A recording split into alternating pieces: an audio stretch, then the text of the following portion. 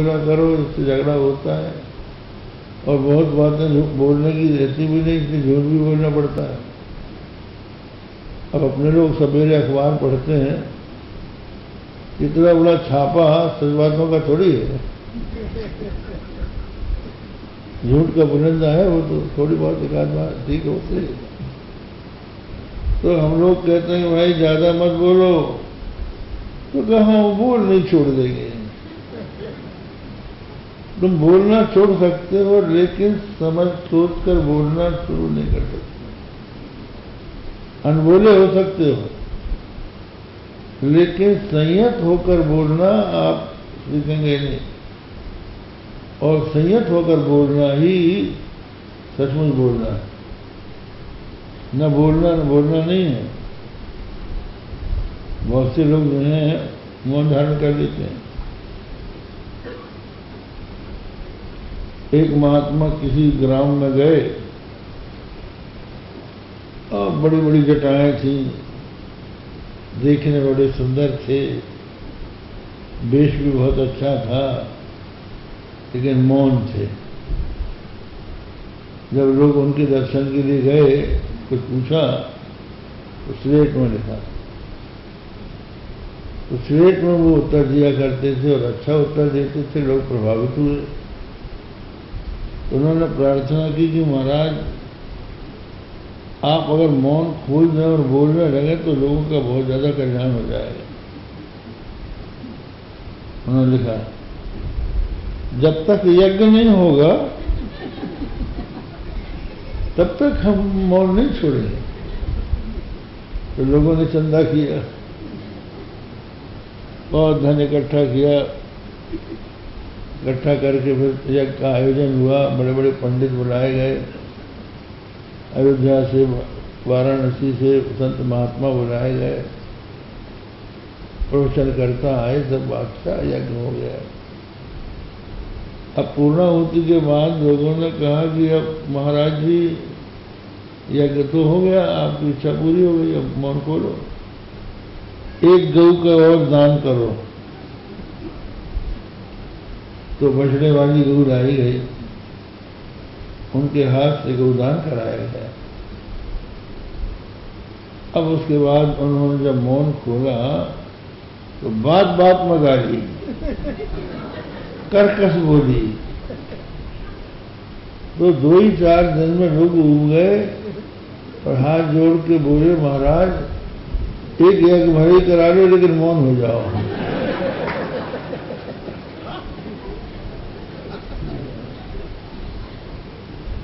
तो कहने का मतलब कि मन का संयम,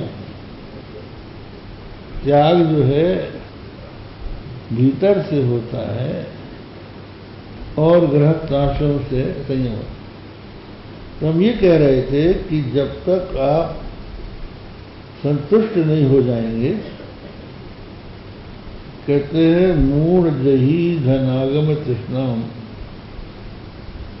भगवान शंकराचार्य ने कहा है, अरे मूढ़, धन के आगम की तृष्णा मत कर।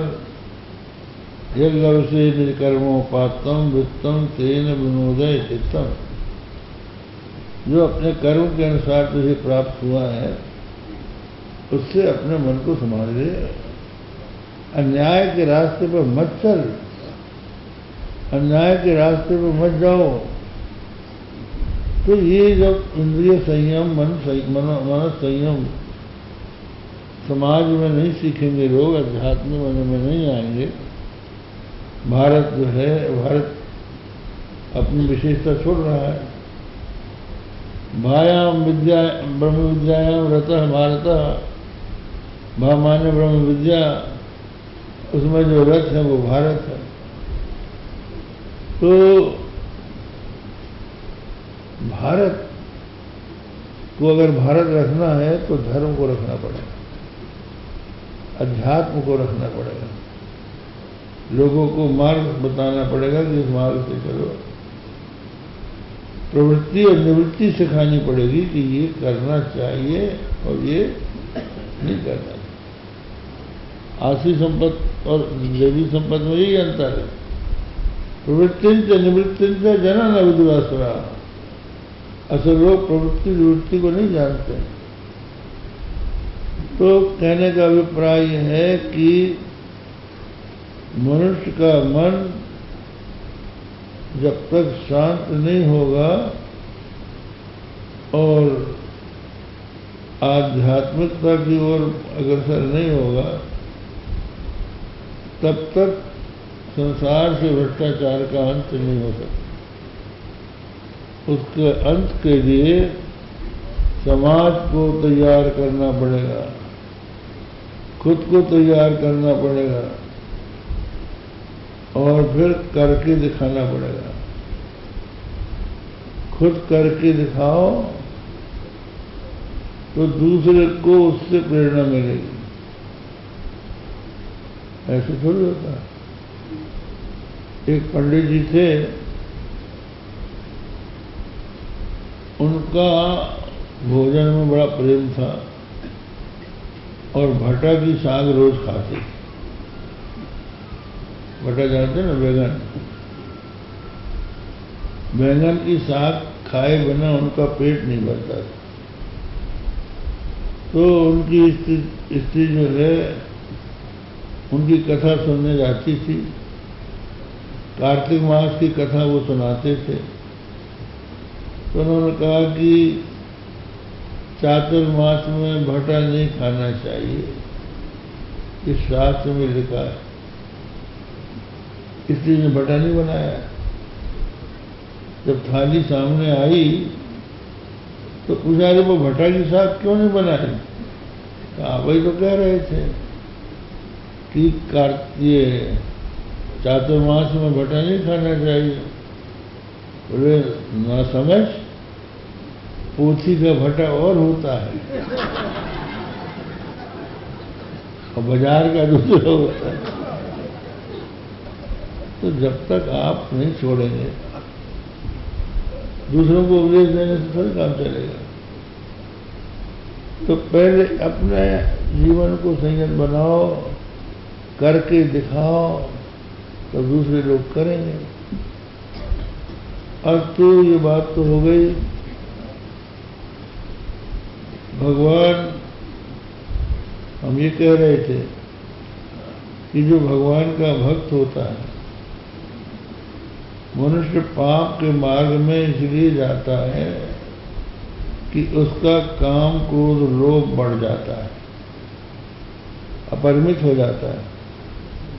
और जब वो भक्त हो जाता है, उसका प्रेम बाहर से हटकर भगवान की ओर हो जाता है।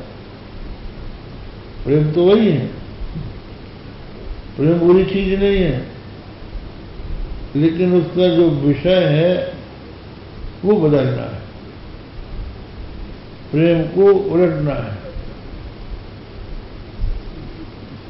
एक महात्मा के पास दो व्यक्ति गए। उन्होंने कहा, महाराज हमको भक्ति का मार्ग बताइए। उन्होंने पूछा, तुम्हारा कहीं प्रेम है? बोले, महाराज कहीं नहीं है। तो भागो, तुमको मार्ग नहीं बताया जा सकता, तुम हमारे शिष्यत्व के योग्य नहीं हो।